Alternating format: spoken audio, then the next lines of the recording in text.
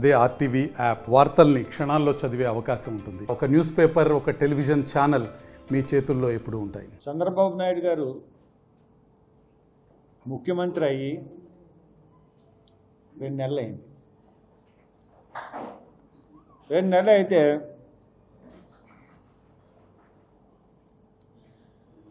ఆయన ఫస్ట్ టైంకి పెన్షన్లు ఇచ్చేశారు. ఫస్ట్ తారీఖుకి 2వ నెల కూడా ఇచ్చేశారు. కానీ చాలా ఎన్నికల్ని ప్రలోభాలకి గురి చేసి ఆయన ఎలక్షన్స్లో నెగ్గారు. మనం 2014లో ఎలక్షన్ మనం చూసుకున్నట్లయితే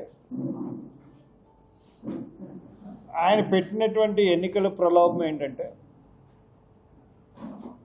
మెయిన్గా రుణమాఫీ. The difference between the Chandrababu Naidu and Jagan, I cannot do like that. It is very difficult for the state to pay off the loan. But Chandrababu Naidu, I will done it. ఆ ఒక్క point మీద చంద్రబాబు నాయుడు అధికారంలోకి వచ్చాడు. అధికారంలోకి వచ్చిన తర్వాత రైతు రుణమాఫీ అన్న దాన్ని సక్సెస్ చేయడంలో ఫెయిల్ అయిన కారణంగా, ఎందుకంటే 5 సంవత్సరాలు చేస్తానన్నాడు. ₹1,00,000 రుణమాఫీ అన్నది 5,000, 10,000, 20,000 ఇలాగ వేసుకుంటూ 5 సంవత్సరాలు చేసుకొచ్చాడు. బట్ ఎలక్షన్స్లో నేను చెప్పేది ఏంటంటే, ఎవరన్నా సరే, ఏ పార్టీ అయినా సరే, చేయగలిగిన హామీలే ఇవ్వాలి, చేయలేని హామీలని ఇవ్వకూడదు. ఇప్పుడు చంద్రబాబు నాయుడు గారికి నేను ఒక లెటర్ రాశాను. ఇది 2వ లెటర్. అఫ్కోర్స్ ఈ లెటర్ ఇక్కడ పెడుతున్నాను. మీకు కావాల్సిన వాళ్ళు స్కాన్ చేసుకుని ఫోటో తీసుకోండి. ఆయనకు రాసిన లెటర్ మీ దగ్గర ఉంటుంది. మీరు ఆయన ముఖ్యంగా సూపర్ 6 పథకాలు అని చెప్పేసి పెట్టారు. సూపర్ 6 పథకాల్లో యువతకు 20 లక్షల ఉపాధి, తర్వాత 3,000 నిరుద్యోగ భృతి ప్రతి నెల ఇస్తా అన్నాడు. ప్రతి నిరుద్యోగికి 3,000 నిరుద్యోగ భృతి ఇస్తారు. 2 నెలలు అయింది. ఒక్క నిరుద్యోగి కూడా ₹1 కూడా ఆయన ఇవ్వలేకపోయాడు. ప్రతి రైతుకు ఏటా 20,000 ఆర్థిక సహాయం చేస్తారు. ప్రతి రైతు బిడ్డకి 20,000 ఆర్థిక సహాయం చేస్తాను. రైతులందరూ వేశారు. రోజున జగన్మోహన్ రెడ్డి 11 సీట్లకు పడిపోవడానికి కారణం ఏంటి? ఎన్నో పథకాలు తీసుకొచ్చి, ఎన్నో పథకాలు పెట్టి, ఎన్నో పథకాలు నాశనం చేసి, అస్తవ్యస్తమైన పాలనతో చేసినందుకే కదా 11 సీట్లకు పరిమితమయ్యాడు. మీరు 20,000 రైతులకు ఇస్తా అన్నారు. ఒక్క రైతుకు కూడా మీరు ఇచ్చిన పాపాన పోలేదు. తర్వాత ప్రతి మహిళలకు నెలకు 1,500 ఇస్తాను. Irrespective of the caste and creed, every woman should get 1,500 rupees every month. ఒక్క ఉమెన్ కూడా ఈ సూపర్ 6 పథకాలు రాగానే అమలు చేస్తామని చెప్పారు. దాంట్లో కూడా ఆయన ఫెయిల్. తర్వాత స్కూల్కి వెళ్ళే ప్రతి విద్యార్థికి ఆయన అమ్మఒడి అన్నాడు. ఈయన ఏదో పెట్టాడు, ₹15,000 ఇస్తాను. ప్రతి ఇంట్లో ఎంతమంది విద్యార్థులు చదువుకునే వాళ్ళు ఉంటే అంతమందికి వేస్తాం. ఇంతకుముందు ప్రభుత్వంలాగా ఒక్కరికే ఇవ్వం. 2 3 4 మేము వేస్తామన్నాడు. ఈ రోజుకి కూడా అకాడమిక్ ఇయర్ స్టార్ట్ అయిపోయింది. ఎలక్షన్స్ అయిపోయిన తర్వాత అకాడమిక్ స్టార్ట్ అయింది. దాని మీద కూడా ₹1 రిలీజ్ చేయలేదు. దాని గురించి మాట్లాడలేదు. తర్వాత ప్రతి ఇంటికి ఉచితంగా ఏడాదికి 3 గ్యాస్ సిలిండర్లు ఇవ్వాలన్నాడు. మరి ఇంకా స్టార్ట్ చేయలేదు ఆ ప్రోగ్రాం. ఏడాది ఉంది కాబట్టి ఇంకా ఇంకా 10 నెలలు ఉంది కాబట్టి మరి 3 నెలలకు ఒక గ్యాస్ సిలిండర్ అన్నా ఇస్తాడో లేదో అన్నది మనం హ్యావ్ టు వెయిట్. ఏడాది కంటే ఆయన ఎక్కిన మే నెల ఎక్కడు కాబట్టి నెక్స్ట్ మేకి మనం తీసుకోవాలి. కాబట్టి ఆయన అది దానికి టైం. తర్వాత మహిళలకు ఉచిత బస్సు ప్రయాణం అన్నాడు, ఎక్కగానే చేస్తా అన్నాడు. అది ఓ పక్కన 2 రాష్ట్రాల్లో అమలవుతుంది. తెలంగాణలో అయితే 4 రోజులకే ఉచిత మహిళ బస్సు అన్నది ఇంట్రడ్యూస్ చేశారు. Why not Andhra? మీరు ఆంధ్రాకి మీరు ఉచిత బస్సు ఎందుకు ఇవ్వలేకపోతున్నారు? కాబట్టి సూపర్ 6 పథకాల్లో చంద్రబాబు నాయుడు గారు విఫలం అయ్యారు.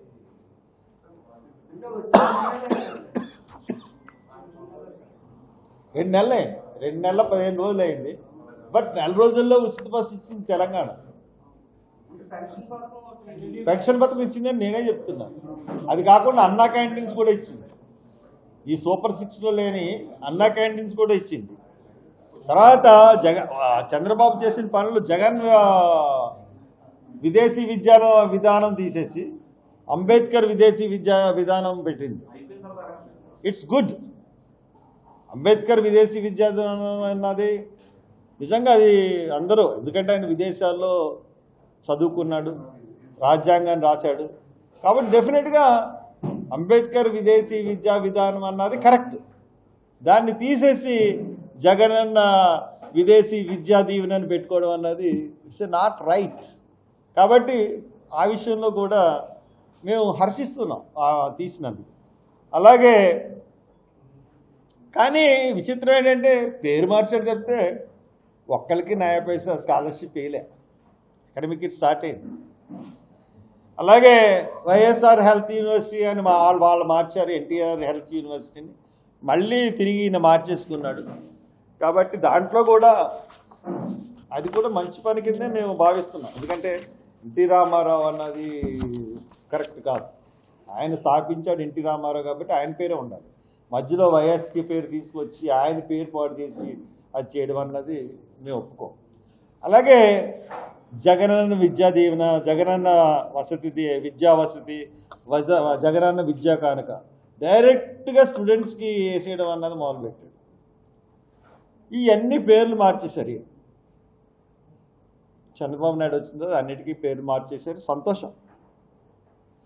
కానీ పేర్లు మార్చారు కానీ ఒక్కరికి ₹1 స్కాలర్షిప్స్ అన్న పేరు మీద ఇప్పుడు దాకా వెరీ బ్యాడ్. అలాగే 2014-19 చంద్రబాబు నాయుడు ముఖ్యమంత్రిగా ఉన్నప్పుడు ఆయన డైరెక్ట్గా ఫీజు రియంబర్స్మెంట్లో కాలేజెస్కే ఈ జగన్ వచ్చిన తర్వాత స్టూడెంట్స్కి వేయడం మొదలెట్టాడు. ఆయన ఏం చేశాడంటే కాలేజీలకే ఏం చేశాడంటే కాలేజీలకి డైరెక్ట్గా విద్యార్థులకి ఇచ్చిన ఫీజు రియంబర్స్మెంట్ వేసి అప్పుడు ఆయన ఉన్న బాకీ పాత ముఖ్యమంత్రిగా 5 సంవత్సరాల క్రితం ఉన్న బాకీ మా కాలేజీకే ₹1,00,00,000 పైన, 1,17,00,000. మొత్తం రాష్ట్ర వ్యాప్తంగా మనం చూసుకున్నట్లయితే సుమారు 100 కోట్లు, 800 కోట్లు, 900 కోట్లు, లేకపోతే 1,200 కోట్లు ఉంటాయి. పాపం మోహన్ బాబు ఆ రోజున అందరు నిరాహార దీక్ష చేశాడు. ఇప్పటికీ ఆయనకి రాలేదు. జగన్మోహన్ రెడ్డి వచ్చిస్తాడు అనుకున్నాం, జగన్మోహన్ రెడ్డి ఇవ్వలేదు. పైగా జగన్మోహన్ రెడ్డి ఇంకా ఆయన కొంత డబ్బు కాలేజీలకు ఎగ్గొట్టి ఆయన ముఖ్యమంత్రి మీద దిగిపోయాడు. అంటే విద్యకి మేము చాలా ప్రాముఖ్యత ఇస్తాము అని చెప్తా ఉన్నాడు విద్యామంత్రిగా నారా లోకేష్ ఉన్నాడు. కాబట్టి మీరు కూడా చిత్తశుద్ధితో ఉండాలన్నది నేను చెప్తా ఉన్నాను.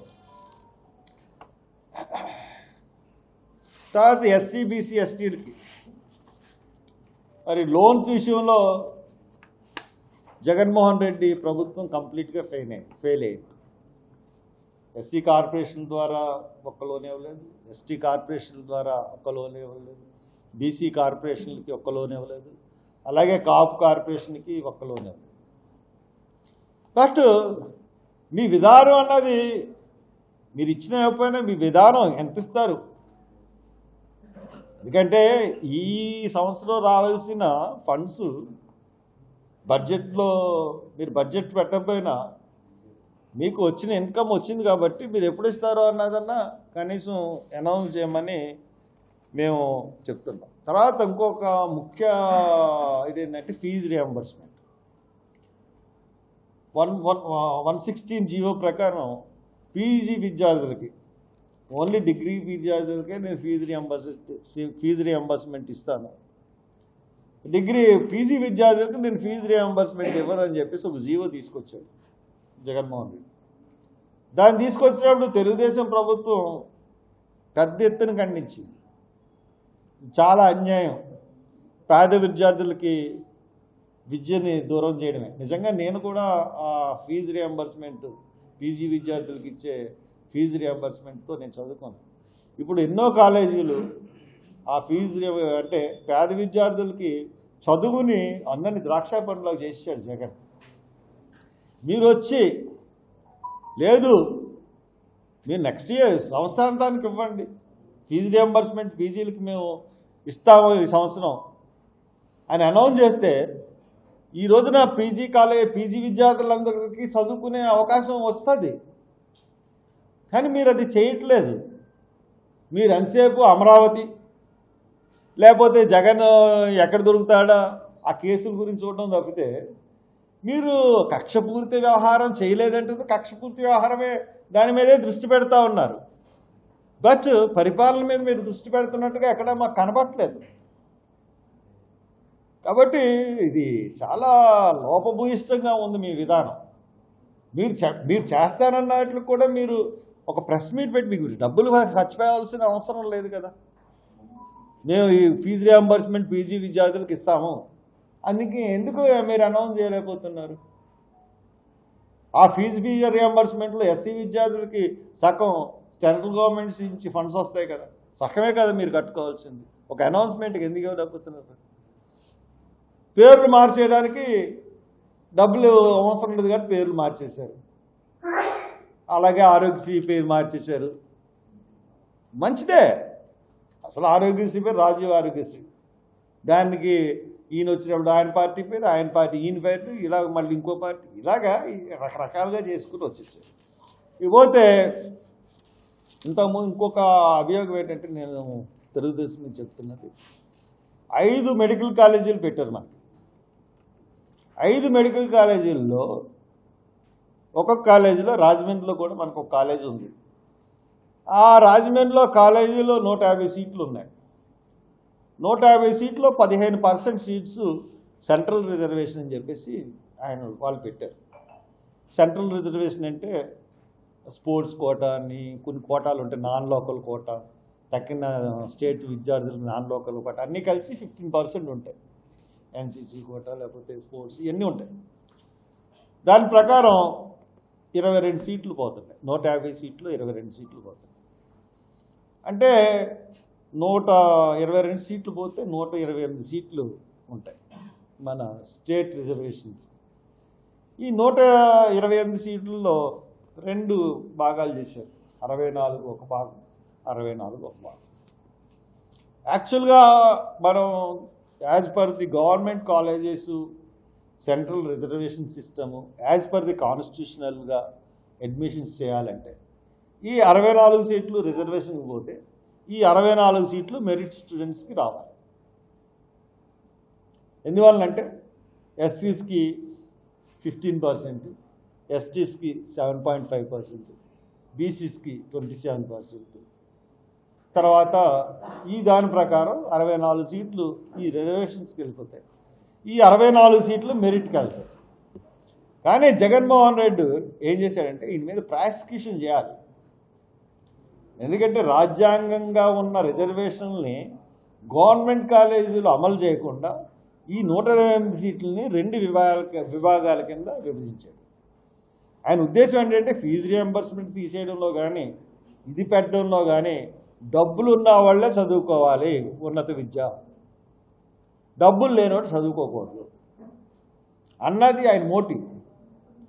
ఎందుకు చెప్తున్నానంటే ఈ 128 సీట్లలో ఒక 64 సీట్లు ఒక 64 సీట్ల కింద 2 కింద విభజించాడు.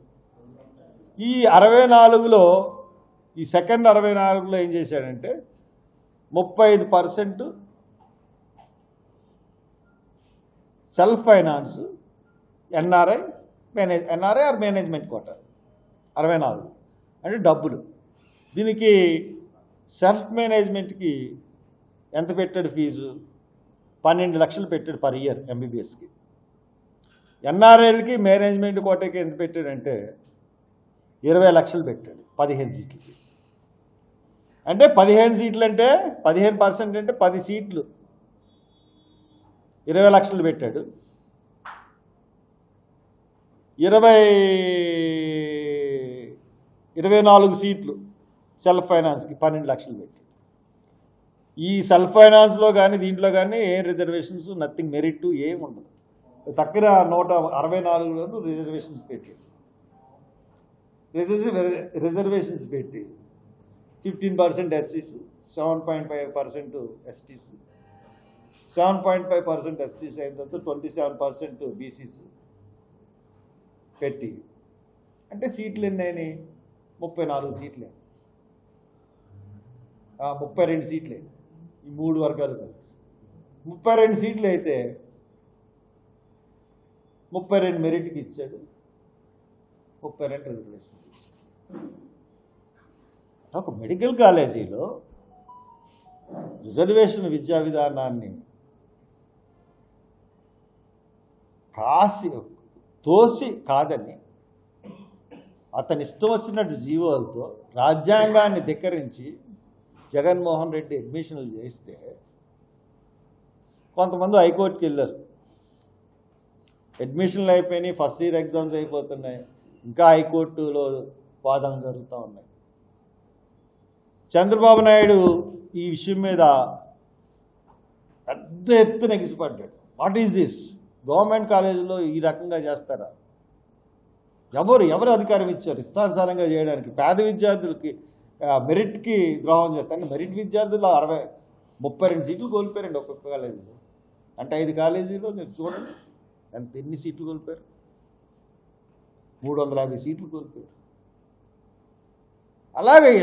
ఇలాగ ఏంటి ఇలా చేశాడు అని చెప్పేసి జగన్మోహన్ రెడ్డి, పవన్ కళ్యాణ్, నారా లోకేష్ ముగ్గురు కూడా మేము రాగానే దీన్ని సరిదిద్దుతాం అన్నారు. అన్నీ ఆ పెద్ద మనుషులు ముగ్గురు కూడా, ఒక ఆయన ఎడ్యుకేషన్ మినిస్టర్, ఒక పంచాయతీరాజ్ మినిస్టర్, ఒక సీఎం గారు, deputy CM, education minister Lokesh. ముగ్గురు చేస్తున్న పని ఏంటంటే ఈ సిస్టమ్ కొనసాగించాలని చెప్పి హైకోర్టులో వాదనలు వినిపిస్తున్నారు. ఎంత షేమ్ అండి!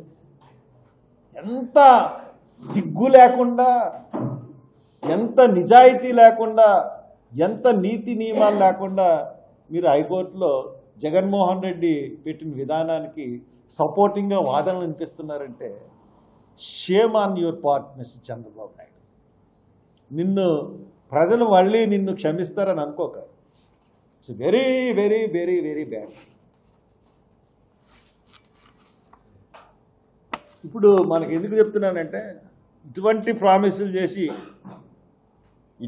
చేసి జగన్ అధికారంలోకి వచ్చాడు. చాలామందిని చేస్తారని అంతకుమించి మీరు 60 ఇలాగ ఎస్సీలకి 26, 27 పథకాలని తీసేశాడు జగన్ అని చెప్పి ఎస్సీ ఓట్లని మీరు తీసుకున్నారు, బీసీ ఓట్లని తీసుకున్నారు, అన్ని ఓట్లను తీసుకుని ఈ రోజున 11కు పరిమితం చేశారు. అది మీ గొప్పతనం ఏం కాదు. అతని యొక్క అవినీతి పరిపాలన, అతను చేసిన తప్పుడు పరిపాలన, అతను ప్రజల్ని మోసగించిన విధానం వల్ల పోయారు. మీరు కూడా మోసగిస్తున్నారు. మీకు కూడా అదే సేమ్ గతి. మీరు కూడా మళ్ళీ సింగిల్ డిజిట్కి అయిపోతారు. మీరేమీ ఎంత మీరు ఆలోచించినా ఇటువంటి అన్ని ప్రజల్లో కౌంట్ అవుతూ ఉంటాయి. మీరు ఏదో అనుకుంటున్నారేమో, ప్రతిదీ కౌంట్ అవుతుంది. డెఫినెట్గా మీ 2 పార్టీలని కూడా తరంగొట్టి రోజులు ప్రజలు ఎదురు చూస్తూ ఉన్నారు, చూస్తారు ఇంక మిమ్మల్ని. కాబట్టి మీకు ఈ చంద్రబాబు నాయుడు గారికి ఆయన లెటర్ నాకు మళ్ళీ రిప్లై ఇస్తాడని నేను అనుకోను. బట్ ఈ లెటర్ చంద్రబాబు నాయుడు గారికి నేను రాశాను. మీరు ఎవరన్నా సరే ఇది స్కాన్ చేసుకుని మీ దాంట్లో పెట్టుకోండి. ఈ పోలవరాన్ని వెరీ సింపుల్గా చెప్పేస్తారు. 2004లో రాజశేఖర రెడ్డి గారు మొదలుపెట్టారు ఇందిరాసాగర్ ప్రాజెక్టుని. వెంటనే కుడి ఎడమ కాలువలు తవ్వించారు, మొబిలైజేషన్ అమౌంట్లు ఇచ్చారు. ఆయన టైంలో సీనయ్య కంపెనీకి ఒక టెండర్ సృష్టించి టెండర్లో డబుల్ డయాఫ్రామ్ వాల్ కట్టాలని చెప్పి ఆయన ఇచ్చారు. తర్వాత ఆయన చనిపోయారు. రోసయ్య గారు వచ్చారు. రోసయ్య గారు పెద్ద పట్టించుకోలేదు. తర్వాత కిరణ్ కుమార్ రెడ్డి గారు వచ్చారు. మళ్ళీ టెండర్స్ పిలిచారు. మళ్ళీ టాల్స్టాయ్ కంపెనీకి దానికి వచ్చింది. టాల్స్టాయ్ కంపెనీ సరిగ్గా చేయట్లేదని చంద్రబాబు నాయుడు గారు వచ్చిన తర్వాత తీసేసి నవయోగాకి ఎల్ఎన్టీకి ఇచ్చారు. వాళ్ళు డయాఫ్రామ్ వాల్ కట్టారు. వాళ్ళు డయాఫ్రామ్ వాల్ కట్టిన తర్వాత డయాఫ్రామ్ వాల్ ఇది మనకి కొత్తగా చెప్తున్నాను ఈ పాయింట్. ఎర్త్ క్వేక్ జోన్లో రిఫ్ట్ జోన్ అని చెప్పాను మొన్న. రిఫ్ట్ జోన్ కాదు, 4th జోన్లో ఉంది. అంటే చాలా డేంజరస్ జోన్లో పోలవరం. సో ఈ పోలవరాన్ని కట్టాలంటే ఖచ్చితంగా ఫ్రమ్ ది బిగినింగ్ నుంచి 2 డయాఫ్రామ్ వాల్స్ కట్టకుండా పునాదిని తీయకూడదు. పునాది తీయకుండా హార్డ్ రాక్లోకి పునాదులు వెళ్ళాలి. వీళ్ళు అసలు చంద్రబాబు నాయుడు హార్డ్ రాక్లోకి పునాదులు వెళ్లకుండా కట్టేసింది. దానివల్ల వరదలు వచ్చినప్పుడు కొట్టుకుపోయింది. జగన్మోహన్ రెడ్డి గైడ్ బండ్ కట్టించాడు లోపభూయిష్టంగా. ఎందుకంటే కృష్ణారెడ్డి మెగా ఇంజనీరింగ్ కంపెనీకి ఆడి కట్టినవన్నీ, ఆ మెగా ఇంజనీరింగ్ ఆడు కట్టినవన్నీ పోయింది. కాళేశ్వరం మొదలుకొని మొన్న కూడా ఏదో ప్రాజెక్ట్ పోయింది. మరి ఆడికి ఎందుకు ఇస్తున్నారో, ఆడు ఎంత డబ్బులు ఇస్తున్నాడంటే మనం చూసాం. ఏది ఈ బాండ్స్ ఇచ్చినప్పుడు ఆడు బీజేపీకి బాండ్స్ ఇచ్చాడు, కాంగ్రెస్కి బాండ్స్ ఇచ్చాడు, టీఆర్ఎస్కి బాండ్స్ ఇచ్చాడు. ఏంటంటే కాంట్రాక్టర్లు దీని మీద వచ్చిన డబ్బులన్నీ కూడా మెగావాడు చేసి పనులు ఆయన అసలు సస్పెన్షన్ లిస్టులో పెట్టారు. ఆ గైడ్ బండ్కి ఎంత ఖర్చు అయింది? 82 కోట్లు ఖర్చు అయింది. ఆడి దగ్గర నుంచి వసూలు చేయాలి. అది ఎందుకు పనిచేయదు గైడ్ బండ్? అలాగే ఈ డయాఫ్రామ్ వాళ్ళు ఖచ్చితంగా దీనికి బాధ్యులు ఎవరు? డయాఫ్రామ్ వాళ్ళు 1 కట్టకుండా 2 కట్టకుండా 1 కట్టడానికి సీతాపతిరావు అన్న ఇంజనీరు ముఖ్య బాధ్యులు. అతని దగ్గర నుంచి కాంపెన్సేషన్, అలాగే ఎల్ఎన్టీ దగ్గర నుంచి, నవయోగ దగ్గర నుంచి వీళ్ళు కట్టిన లోపభూయిష్టమైన కట్టడాల వల్ల కొట్టుకుపోయినాయి. కాబట్టి వీళ్ళ దగ్గర నుంచి కాంపెన్సేట్ చేసి మళ్ళీ మన డబ్బు, అది ప్రజల డబ్బు, వీళ్ళ డబ్బు కాదు కదా, చేయాలి. తర్వాత ఎక్కడెక్కడ ఏ లోపాలు ఉన్నాయో తర్వాత అదృశ్యంగా మొన్న ప్రజాశక్తి లేచాడు. నేను మొన్న ఎప్పుడూ 3 నెలల క్రితం చెప్పాను. దగ్గర రోజుకి వరదల టైంలో 19 TMC నీళ్లు అదృశ్యం అయిపోతున్నాయి, ఎక్కడికి వెళ్ళిపోతున్నాయో తెలియట్లేదని కూడా నేను చెప్పాను. దాని మీద కూడా స్టడీ చేయాలి. శ్రీనాథుడు కమిటీ అన్నది రిపోర్ట్ ఇచ్చింది. ఆ కమిటీ ద్వారా రిపోర్ట్ ఇచ్చింది కూడా చూసుకుని, ఆ కమిటీని కూడా చూసుకుని తర్వాత ఈ కాపర్ డ్యామ్లు అన్న ఈ సీపేజ్లు ఎలా ఉన్నాయి చూసుకుని అప్పుడు మొదలు పెట్టాలి. ఇవన్నిటికైనా ముందు కాంపన్సేషన్ ఇవ్వాలి. అందరికీ ఇప్పుడు విలేజెస్ ఎన్నో కొన్ని విలేజెస్ మునిగిపోయి ఉన్న పరిస్థితుల్లో ప్రతి ఒక్కరికి కాంపన్సేషన్ ఇచ్చిన తర్వాత మొదలు పెట్టాలి.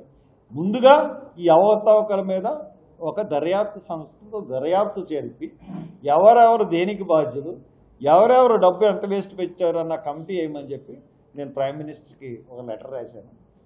ఆ లెటర్ కూడా ఇక్కడ మీకు రిలీజ్ చేయడానికి పెట్టుకున్నాను, నేను పంపిస్తున్నాను. ఆ లెటర్ సమాచారం కూడా ఇక్కడ ఉంది, తెలుగులోను ఇంగ్లీష్లోనూ కూడా ఉంది. మీరు ఇది కూడా చూసుకోవచ్చు.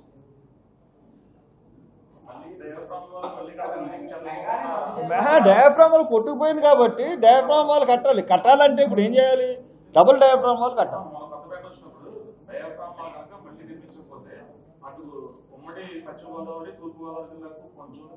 నేను 10 సంవత్సరాల క్రితం చెప్పానండి, ఇప్పుడు కాదు, 2004లోనే చెప్పాను. తేడా వచ్చిందంటే, ఎరోజన్ వచ్చిందంటే తూర్పుగోదావరి, పశ్చిమ గోదావరి, రాజమండ్రి, కాకినాడ, భీమవరం ఏమీ ఉండవు. అన్ని ప్రెస్ మీట్లోనూ ఇదే విషయం చెప్తున్నాను. అతను చెప్పడంతో నన్ను కాపీ కూడా చెప్పాడు.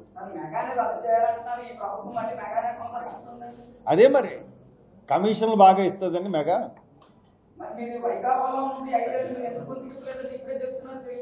ఈ మెగా బాటిల్ వచ్చిన తర్వాత ఇవన్నీ ఎప్పుడు తెలుస్తాయండి మనకేమన్నా తెలుసు చెప్పండి? మీకు తెలుసా దీని గురించి? మీరు ఎందుకు రాయలేదు? మెగా చేసింది, మెగా డిఫాల్ట్ అనేది ఎప్పుడు పడింది? అన్ని మీరు ఎవరన్నా పేపర్లో రాయగలిగారా? చెప్పండి. మీరు ఎవరన్నా పేపర్లో రాయగలిగారా? మీరు మీరు మీరు రాస్తేనే కదా మాకు తెలుస్తుంది. మీరు రాసిన పేపర్లో దాంట్లో మేము ఇన్వెస్టిగేషన్ చేయగలుగుతాం కదా. ఇప్పుడు నేను చెప్పిన కొన్ని విషయాలు అవును, అందు గురించే లెటర్ రాస్తున్నాను. కాళేశ్వరాన్ని పగబొట్టేసింది మెగా, గైడ్ బండ్ కుంగిపోయింది, మళ్ళీ మెగాకి ఎలాగిస్తారు? మీకు బీజేపీకి బాండ్స్ ఇచ్చాడని మెగాకి ఇస్తారా? ఎలక్షన్ బాండ్స్ ఇచ్చారని చెప్పండి. నేను ఏ గవర్నమెంట్లో ఉన్నా ఆ గవర్నమెంట్ని ప్రశ్నిస్తూనే ఉన్నాను. తెలుగుదేశం ఉన్నప్పుడు తెలుగుదేశాన్ని సపోర్ట్ చేయలేదు, వైఎస్ఆర్సీపీ ఉన్నప్పుడు వైఎస్ఆర్సీపీని సపోర్ట్ చేయలేదు. తెలుగుదేశం నన్ను 18 రోజులు జైల్లో పెట్టింది, వైఎస్ఆర్సీపీ ప్రభుత్వం 48 రోజుల్లో జైలు పెట్టింది. మాకు తెలిసినప్పుడు డెఫినెట్గా ఇవన్నీ తెలిసిన విషయాలు డెఫినెట్గా మాట్లాడతాను. మీరు ఎవరన్నా నా దృష్టికి తీసుకొచ్చుంటే నేను ఇన్వెస్టిగేషన్ చేసుకుని ఇవన్నీ ఇన్వెస్టిగేషన్ చేసుకుని నేను మాట్లాడేది. కాబట్టి పోలవరం మొదలు పెట్టాలంటే ముందు ఇక దీని మీద జరిగిన అక్రమాల మీద ఒక కమిటీ వేసి ఆ కమిటీ ఎవరెవడు అక్రమాలు చేశాడు, ఎవరి వల్ల ఎంత డబ్బు పాడైపోయింది అన్నీ వేసింది. తర్వాత పునరావాస బాధితులందరికీ డబ్బులు ఇచ్చిన తర్వాత పోలవరం మొదలెట్టాలన్నది నా డిమాండ్. మరిన్ని వీడియోస్ కోసం ఛానల్ ని సబ్స్క్రైబ్ చేయండి, లేటెస్ట్ అప్డేట్స్ కోసం వాట్సాప్ ఛానల్ ని ఫాలో చేయండి అండ్ లింక్ డిస్క్రిప్షన్ లో ఉంది.